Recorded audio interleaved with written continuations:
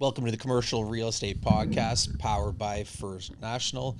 I am Adam Pwadix, and you're there in Cameron, as part of our video speaker series at the Calgary Real Estate Forum. Our first guest of the day is Maxim Olshevsky, CEO, Astra Group, and People First Developments. The great thing about this guest is he's entirely Calgary focused. He's the ideal candidate to come on as part of this forum series. He's doing the impossible right now, which is office conversions successfully. There's been a lot of talk about this in the market, but this is a man who's actually doing it. We're happy to have him on. Welcome, Maxim. Gentlemen, thank you so much for having me over. And just to clarify, it's definitely possible, and I'm not the only one doing it. uh, we'll get into it. I toured two office conversion sites last week, so I fortunately, just good timing. I've got a bunch of interesting questions and comments for you. None of them were in Calgary though, so I suspect there's a little bit of geographical nuance to it.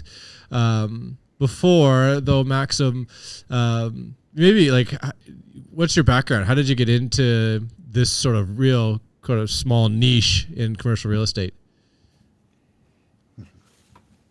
Well, it wasn't definitely a straight path. When you ask anybody in real estate, how did you end up in a specific discipline?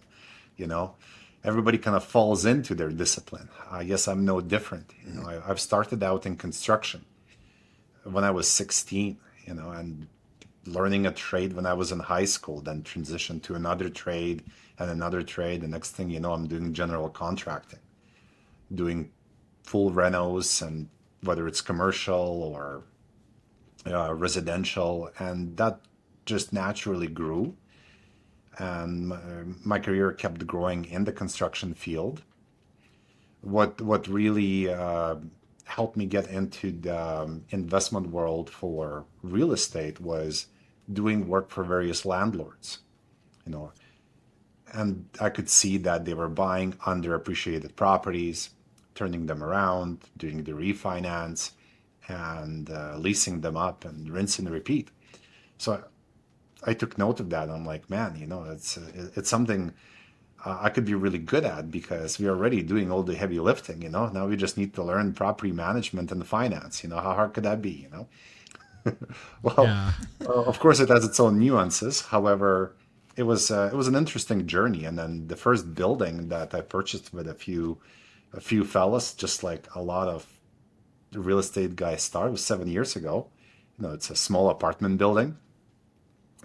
Did the same thing, and 7 years later, we were doing office towers. So that's a very compressed version of my Sure. 20-year career in the construction industry. But that's basically where How we're at. many? How many assets? What's the scope and size now, or how many times have you kind of done I guess I want to call it a flip, but the repositioning? Repositioning. Uh, the smaller properties and mixed use properties, probably about 12 times, more or less. But the really large assets that we're currently doing, our first office conversions we've completed just in the beginning of this year in April. But that was almost an 18-month project. And now we're going to be turning over a project almost every year. Next year, like this coming summer or next year summer, we're going to turn over our next office conversion project, which is Petrofina, 103 suites.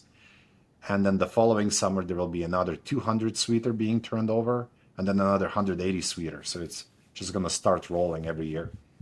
How did you end up identifying the need for, or the to take the leap to go to office conversion, right? Like I know obviously COVID, there's a housing shortage, there's it's a demand for units, but I acknowledge looking at some of these older almost dilapidated structures, you could envision them being apartment units, but as you know, that's a much harder said than done. What was the kicker that said, you know what, I think I can do this, and I think I can do it profitably? See. Well, it starts with a mindset, right? And being in the renovation industry for a good portion of my career, you're constantly looking at, what's there versus what could be there. And from the early years of the career, I developed a name for ourselves where If it needs a lot of work, if nobody wants it, send it to Max. Him and his team will turn this thing around. So we were getting all sorts of rundown properties. And I told the realtors one thing: if it's foreclosed, condemned, nobody wants it, call me. That's what I want to see, right? Because we were not afraid of doing the work. We were using our own workforce, right? And this is something that we already did day in, day out for others. So it was a natural transition. So that mindset stuck around. What was a really big eye opener when it came to the office environment was, you bring up COVID, right? And I remember every single one of my clients emailing me in April 2020 or calling me being like, Maxim, we're not going to have any work for you and your team. And I'm like, well, this is going to be interesting. It seems like a distant past, but I remember being like, well, what are we going to do? We're going to lay everybody off, going to lay low. I'm like, well, no, we're going to go full swing, and we're like, all right, well, here's how much capital we have. If we're not getting work, we're going to create ourselves work. And I went on a shopping spree, right? And got 3 buildings at incredibly low prices because, as you can imagine, nobody's buying. And one of those buildings was a commercial mixed-use building that had retail and office. I picked up that building. What is it? $40 a square foot or something silly. It was like a record in Calgary at that time for the cheapest real estate per square foot being traded in the last Max, 20 years. what would have been in 2015 or whatever the peak of pricing would have been? How much of a discount is that? Well, you can't get retail for less than $500 a foot at that time, right? An office was $200, $260, right? At least. So you're looking at 4 to 6 times less its actual value, right? So it was a huge shift. And like, don't get me wrong, it was a foreclosure, but I was the only one pursuing it. So hence I'm like, well, this is the price. So I've realized 2 things. Nobody wants office. Everybody's afraid of retail for obvious reasons. Now it's all, the COVID just started. There was a lot of fear on the streets, so to say. And there was a lot of uncertainty. And then trying to get debt on that was extremely difficult. We had to buy it in cash, right? So then I'm looking at this, and as we are turning this property around, I'm started looking at downtown and I'm like, oh my God, like it's an absolute gold mine of potential. Because if nobody wanted to buy a 40,000 square foot building, who the hell is going to be buying a 130,000 square foot or 200,000 square foot building? So I'm like, this is where the value is going to be created. So then I start looking at, what's there, what's available. And at the same time, city of Calgary started to, let's call it, there were rumors of the grants coming to be. And the grant was slated to be $75 per square foot. And I'm like, well, this is an excellent idea because it removes a lot of the risk that's associated with the office towers and converting them, right? So I'm like, well, what's the worst thing that can happen? We'll be left with like a very cheap office tower, Maybe we'll put another business center. You shouldn't have seen my CFO's face when I said that, Because, when you buy that building, it's $100,000 a month burn rate, like right off the get-go, right? Like that's how much it costs for it to stand on its own, right? Without debt service, right? So that was the philosophy and how that transitioned into the opportunity, right? So when did you engage the city of Calgary? Like you heard these rumors. Did you kind of reach out and say, I would participate. These are good rumors. You should, turn this into legislation? I wish I could say I timed it perfectly. I think I just got lucky, honestly, because the train of thought of doing something productive with our first project, which was the former SNC Lavalin building. And the moment when I was looking at it, these rumors came out. I locked up the building under contract. And then before I knew it, the terms of reference for the first grant came out. And I'm like, this is absolutely perfect. It fit what you already had. You were planning on doing. The doubt that I had And the risk that was, let's say that was hard to justify when you're the only one pursuing this at that time, or at least one of the only ones, all of a sudden made sense. It removed that doubt, right? And then we're like, okay, well, let's put our best foot forward. What would we want to do in this building? How would we improve the community, right? And this is where the development of our first office conversion has started. Let's just go chronologically. I think it's probably the easiest way as we kind of digest the logic. I love the idea that you were going to do it anyway, and the city kind of came in and said, here's an extra $75 a foot. Like I think everyone would have imagined, the city was the incentive, and you said, okay, well, here's an opportunity. It's great that it's a much better story, and I think it speaks to your foresight to kind of see that it's a good opportunity regardless of the grant. The grants is probably, like you said, it just removes or alleviates risk. Now you got this asset. I think you've decided that you're going to build an apartment building or you convert it to apartments.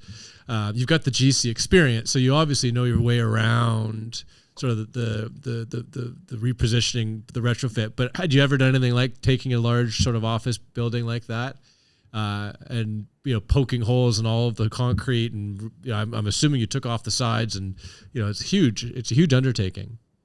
Yeah. Well, again, it's and just going back to the grant for a second. If the grant wasn't announced, there's a probability we probably would have not pursued the building, because again, the risk was pretty high at that time. Mm-hmm. Yes,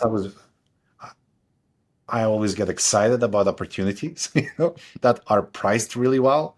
I'll give you an example. I wanted to buy a Legion building here in Calgary and turn it into a farmer's market. I didn't do it, couldn't make it work financially. I wanted to buy a Calgary Herald building and turned it into movie studios, call it, YYC Hollywood. And I didn't buy it, there was no grants for that. So at the end of the day, it was that like the one thing that removed the doubt. So I just want to say that, without those grants and without the municipal support, there is a high probability I would have done something else. Now that I've covered that, Sure. Yeah, that's fair. Going forward, like our experience wasn't just on the residential side. Back in 2014, and even a little bit earlier, but around that time, our primary specialty was actually office renovations in Calgary. So we were servicing a lot of buildings in downtown Calgary. We worked with Manulife, Triovest, Morguard, like all the major landlords, right?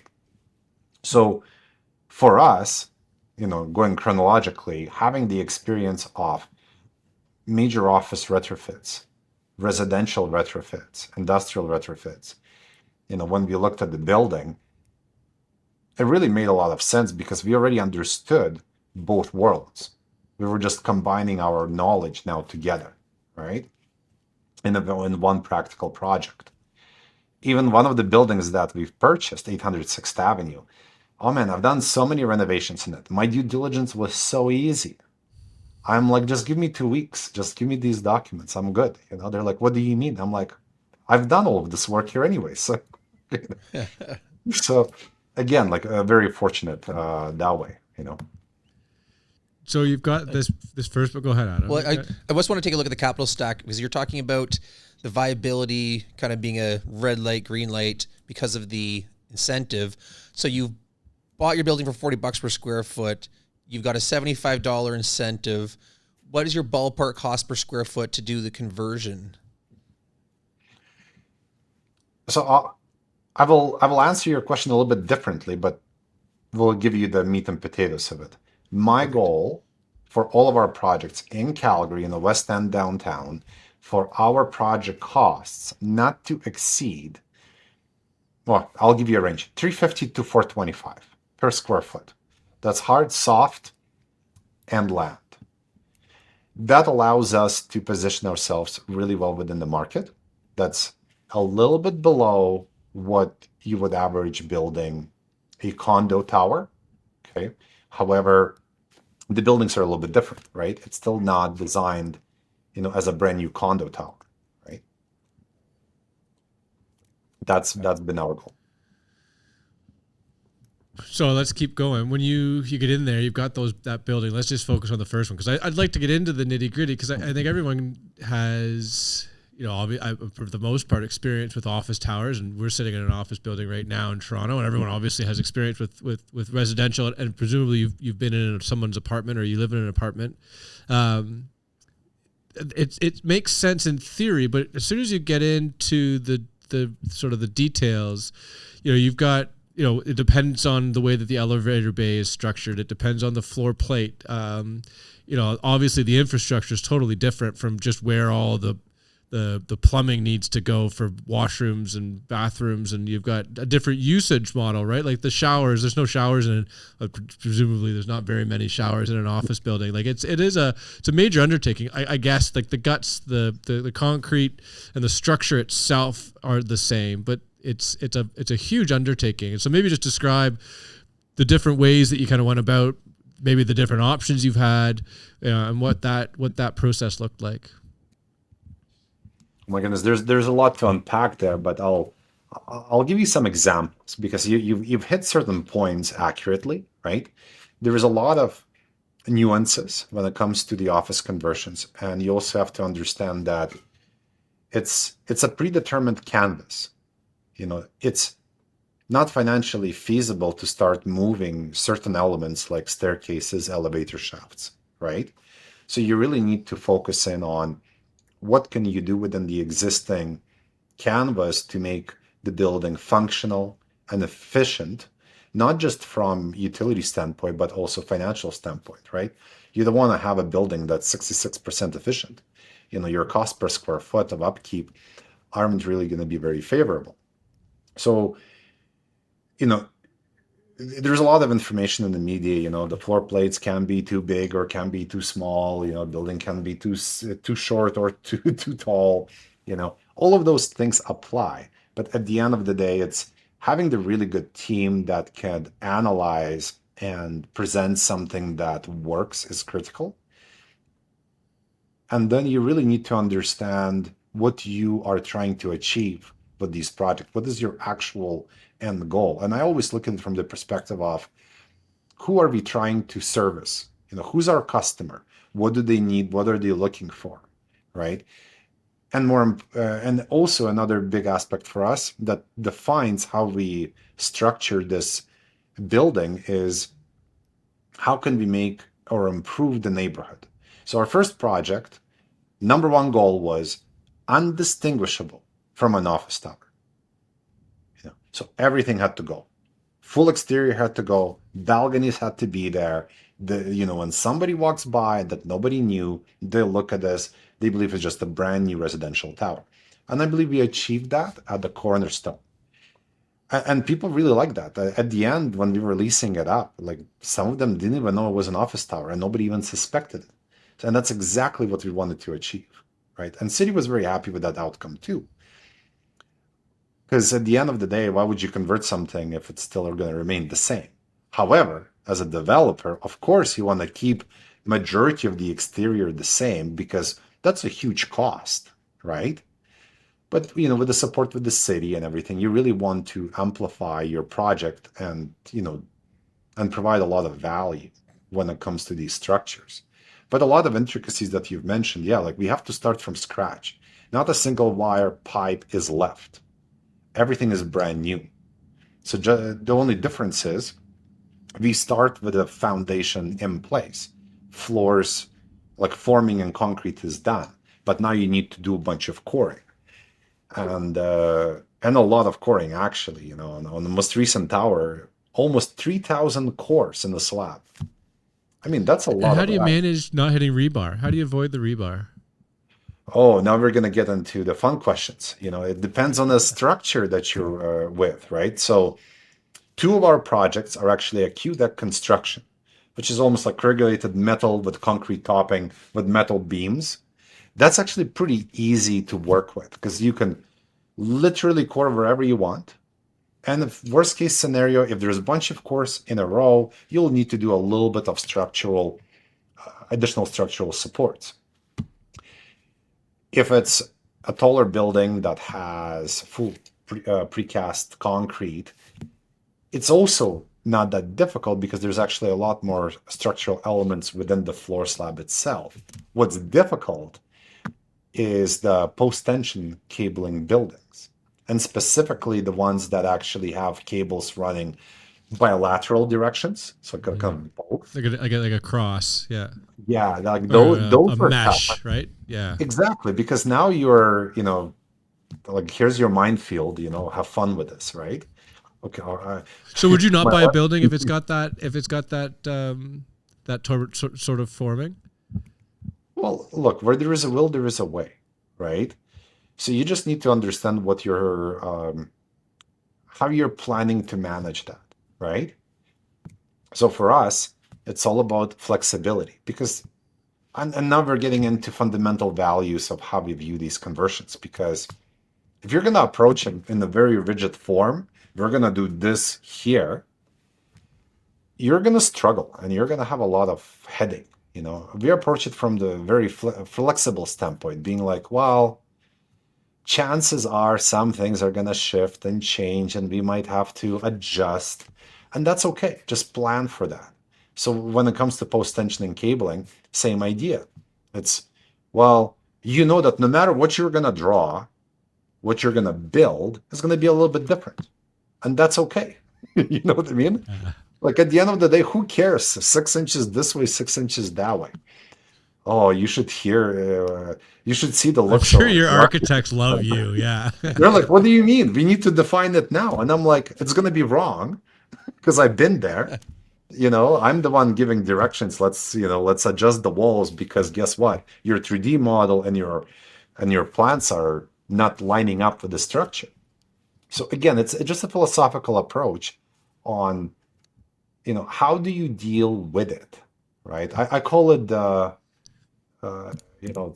guerrilla warfare of construction. It's not perfect, You never know what's coming next. but you just need to accept the fact that this is the type of warfare you're into, you know and just go for it. So on that front, then, I am brand new to the country. I've never been to Calgary before. I land there. I go to rent from one of your buildings. How many subtle signs would there be around the building that this asset did not start life as an apartment building? Well, there's only one clue, okay, and it's hung right in front of the front entrance, and it's a before and after plaque of the building, and the logos of all the companies that made this happen, including, of course, CMHC, City of Calgary, Energy Reduction Alberta, it's and some of our partners, right? Because I still wanted people to see what's possible, right? Because I grew up in this neighborhood, right? I lived in Calgary for 24 years, and I remember the downtown Calgary being very different when I was 13, 14, right? So working in the same neighborhood right now and improving, you just want to leave a little mark that benefits the community in each one of our projects. I got rapid fire. Do you put balconies on all of the conversions? No, and I'll explain why. Like one of our assets is a heritage asset, where our whole goal is to preserve the original Art Deco structure.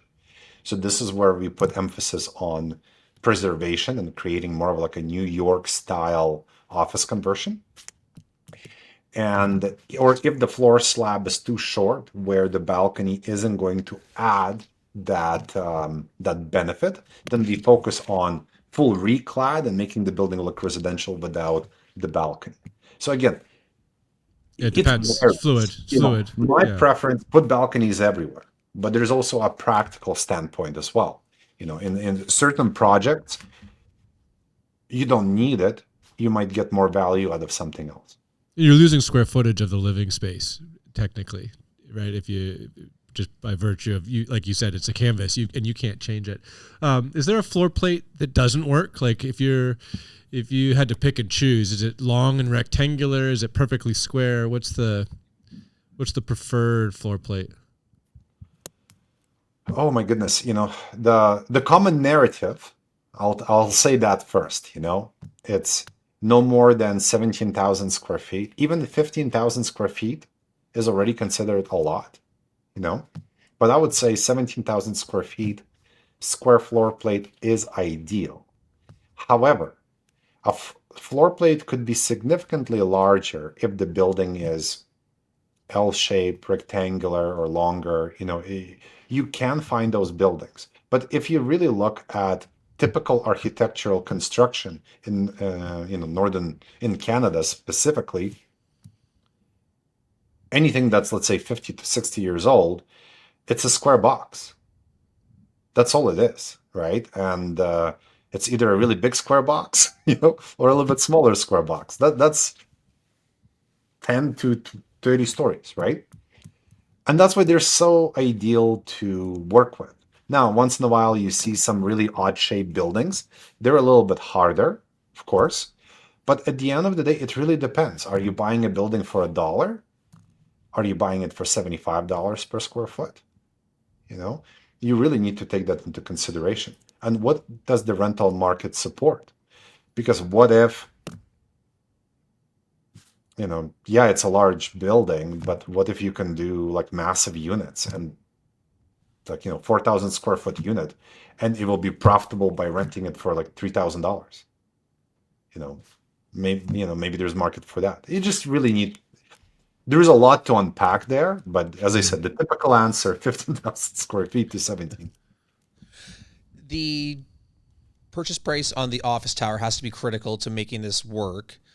We're hearing there's kind of green shoots in the office market that maybe if we are in a trough, it's maybe going to be upswing shortly. Does that put pressure on your business model? And do you have a plan to work through an environment where maybe office towers cost more than the discounts you're getting right now? And are you rooting for a downswing in the office market? Stay home. Stop coming back to work. Everyone stay home. Well, look, I own office tower too, so I have to root for both sides. So for me, it's office tower price is critical. No, but however, as we do more of these towers, us consultants and other general contractors, they're not going to be such a mystery. So efficiencies are going to kick in, right? There will be a better modus operandi, sort to say, on how to deal with this. So what I'm really hoping for, that through this process, the market will get more efficient, which will mean that we can buy office towers for higher price. But you see, one of the larger deterrents is actually, is your municipality friendly to such developments? Because for Calgary, what's really great about our city is how business friendly the city hall actually is. Like, think of this incentive program. They even established a committee to help developers like us to work with them through the process so that our plans don't get stuck in the planning department. We can even skip a development permit just so that it expedites the process of turning these towers around. I guess that's the beauty of 30% office vacancy in a market, right? It motivates people. And this is a good segue, Maxim, because that was where I wanted my questions. I was touring some office buildings, office conversions in Ottawa. And sorry for our friends in Ottawa. And if you're working at the municipality, this is for you. I mean, part of the challenges that they were having in Ottawa was the city of Ottawa was requiring green space. And so you've got an office building that's on the plot of land. Like, there is no way to add adjacent. You can't build it differently. You can't manufacture a green space. And so they were having to do kind of really creative things, whether it's rooftop or others that were, was eating into the pro forma significantly. And maybe it's not specific to green space, but maybe just talk about kind of the things that the city has allowed or permitted that they wouldn't otherwise, that because you're converting office. Yeah. Well, I'll give you a very simple example, right? The bylaw has a very specific parking requirement when you're building residential towers in Calgary, right? It's almost impossible to achieve that with any office tower. Well, I know one office tower and I own it, but outside of that office tower, okay, the parking is a problem because you usually get, I don't know, one parking stall every 3 to 5,000 square feet. That would probably be on the high side, right? In When you're taking a tower, I'll give you an example of our first one. 112 suites. We had 50 stall underground parquet and 20 stall surface lot that's attached next to the building. That's all we have. And I was a little bit worried about, will this be enough? Because, as a person that commutes to work, I always think, oh my goodness, like if I need to park somewhere, right? I was pleasantly surprised that we didn't get to the point where the parking was so full that people wouldn't come live in the building. It was almost like a perfect amount. And I was really surprised because 112 suites, 2 and 3 bedroom apartments, no bachelors, no one beds, and 70 stalls was enough. So, but going back to your question, how did the city feel about that? Was the city concerned at the time that that's just not enough? Like, it clearly was well under their bylaw requirements.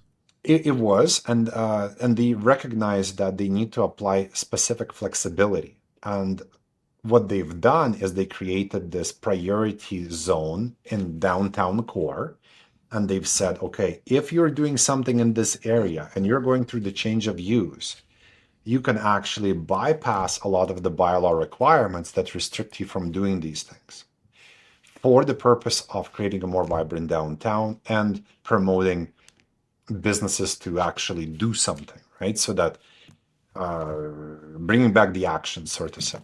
So parking was not an issue.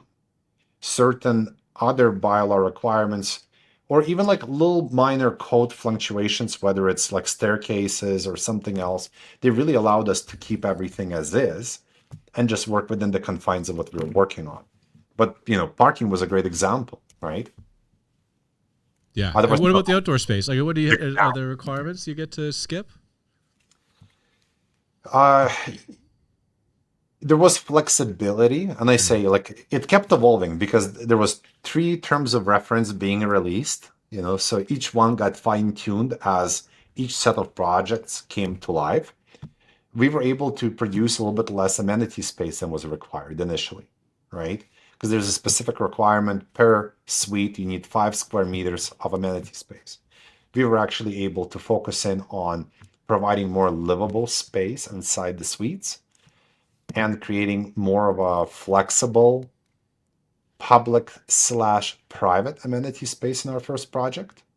The other projects, we had more capacity to add more amenity space, but they will work with you, right? Like you just need to present a case and be like, look, to make this project better, here's what the relaxations we're asking for. And that's part of the whole pre-application process that they make you go through when you're doing these projects. And they'll be extremely reasonable. As long as you're not pushing back on life safety systems and fire code, they will be very flexible. Yeah. I got one more question specific to the office. I know Adam's dying to ask you questions about financing, so we'll get there in a second. What about the dark units? Or maybe that's the wrong term. Just because you're stuck within the envelope and the structure, you inevitably end up with bedrooms that aren't adjacent to a window. Has that ever become an issue? Have you had challenges with lease up? Like, how do you kind of address that? It's an excellent question because I've had so many debates about this. Have you guys ever watched Andrew Huberman podcasts? Yes. Yeah. Yes? Okay. Yeah. So his whole sleep protocol, sleep in the dark room. The first thing you do when you wake up, get exposure to the sunlight, right? That's why I look so refreshed on this video. There you go. So, if you ask the city, their preference is to have less inboard bedrooms for the reasons of ensuring there is light. The way we the way we improved the light penetration into those inboard bedrooms is adding transient lights, adding lights in the doors. There's all sorts of practices you can do. However, when I spoke with tenants who were renting and who are renting in our buildings, And I'm like, well, how important is that for you? The vast majority didn't care. They said, well, it would have been nice if I just had a bigger living room and it's okay if the bedrooms are in the back. And I scratched my head and I'm like, well, that's not a common narrative because every consultant and every city official, and I thought the same way, would first say, well, you really need to maximize so that your bedrooms have windows, right?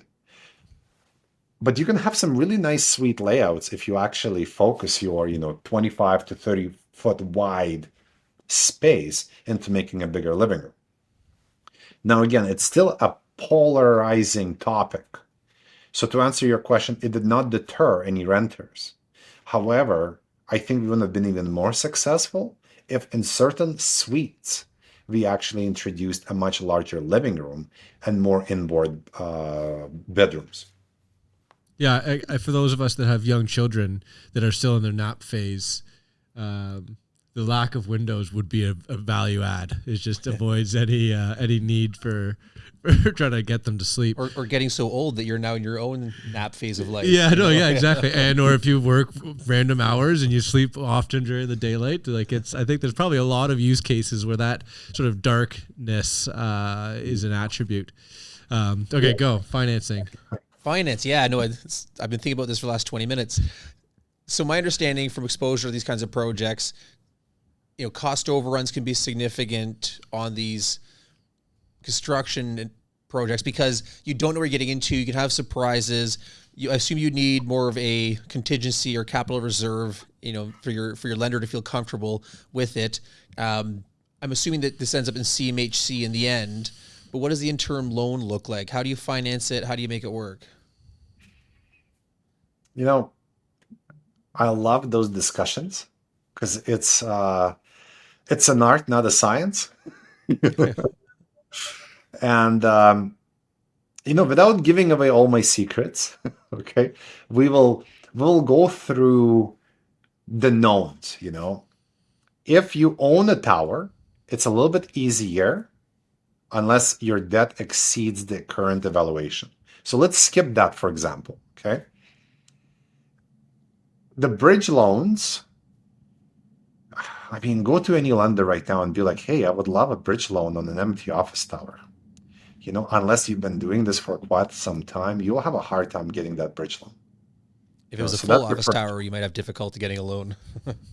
Well, yeah, because they understand that it's not something that they can easily move. Maybe a little bit better now than before. Look, there's a lot of factors involved in de-risking any sort of loan. The lender is a big part of that and their experience. So the bridge loan, I struggled the most in the beginning. It's much easier now. Yeah, that makes sense. We've got the experience now, right? That's one of the most important parts. Is it proof of the concept, right? Yeah, but imagine getting a bridge loan from a credit union in 2020. What was it? 2022, end of 2021 for an empty office tower.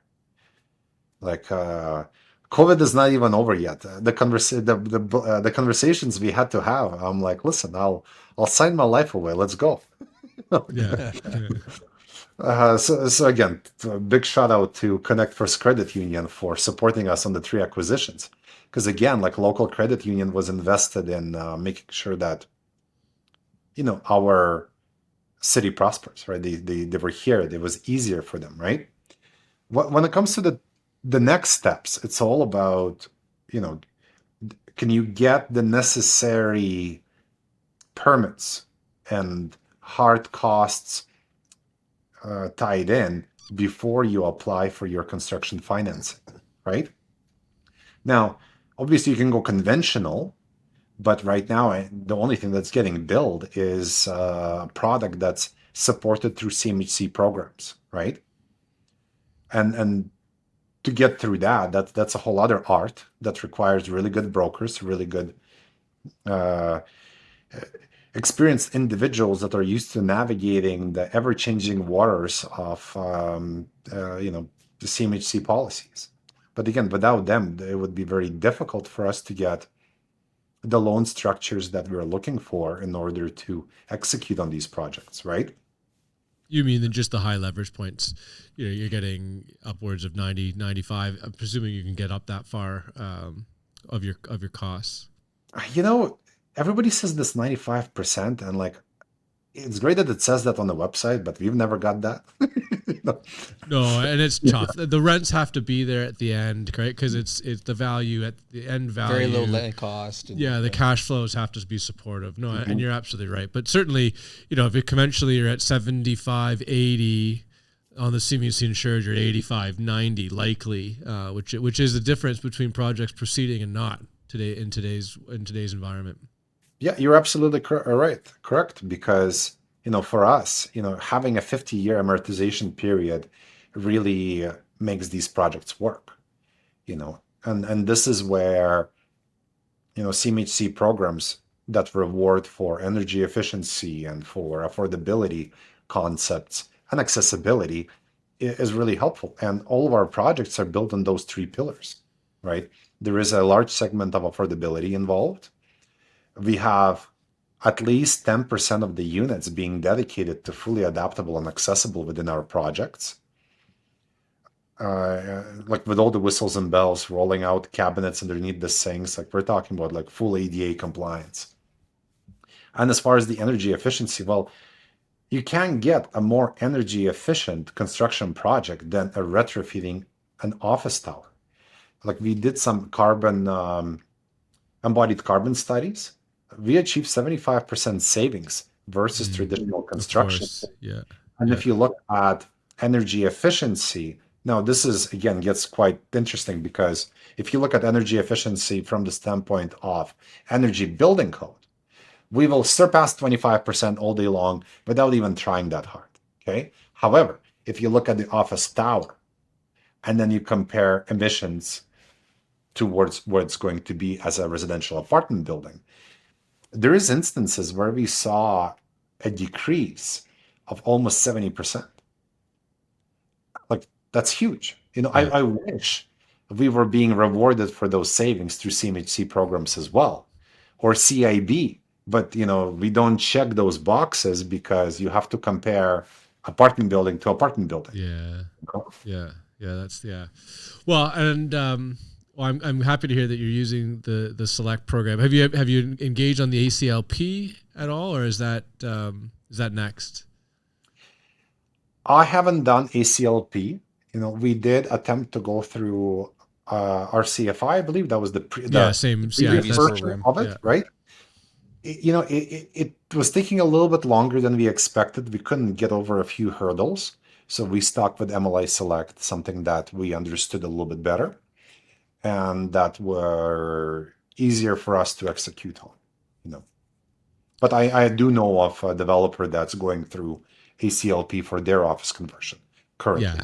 And they've made some changes to that program, but I think certainly office conversion is a good landing spot. If whoever you're talking to at First National, hopefully I'm sure they're servicing you well. If you don't have a relationship with FN, expect a call from Adam very shortly. As soon as we hang up. Maxim, unfortunately we've run out of time. Absolutely enlightening conversation. I really appreciate you sharing with us. We've talked a lot about office conversion. We've never had anybody. A lot of noise. A lot of kind of people always have opinions on it, but nobody with the experience and sort of you've got the dirt under your fingernails to prove that it works. And so I learned a ton, and I think that's awesome. So I really appreciate you taking the time, Maxim. Well, gentlemen, thank you very much. And again, big shout out to First National as well, and again, I really appreciate it. It was your next financing partner, I believe. Anyway, thanks again, Maxim. Thanks to First Nash for powering the podcast. Thanks to Informa for hosting, helping us align this conversation as part of the speaker video series. And Maxim, thanks again. Chat again.